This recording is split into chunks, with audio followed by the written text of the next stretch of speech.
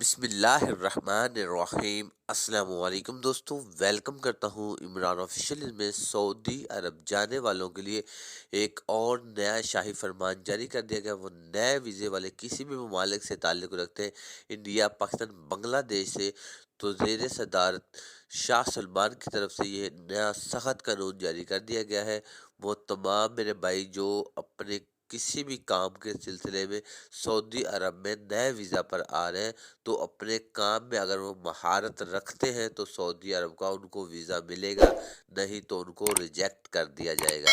جیسا کہ آپ بھائی کسی بھی کام میں مہارت رکھتے ہیں تو آپ کا ادھر ٹیسٹ دینا پڑے گا۔ اگر آپ اس ٹیسٹ میں پاس ہوں گے تو آپ کے لیے ویزا ایشو کیا جائے گا۔ جیسا کہ پہلے میڈیکل کی جو سہولت ہے، پہلے چیک ہوتا ہے، پھر اس کے بعد آن لائن کیا جاتا ہے، اگر اوکے ہو تو پھر آپ کی رپورٹ بنتی ہے۔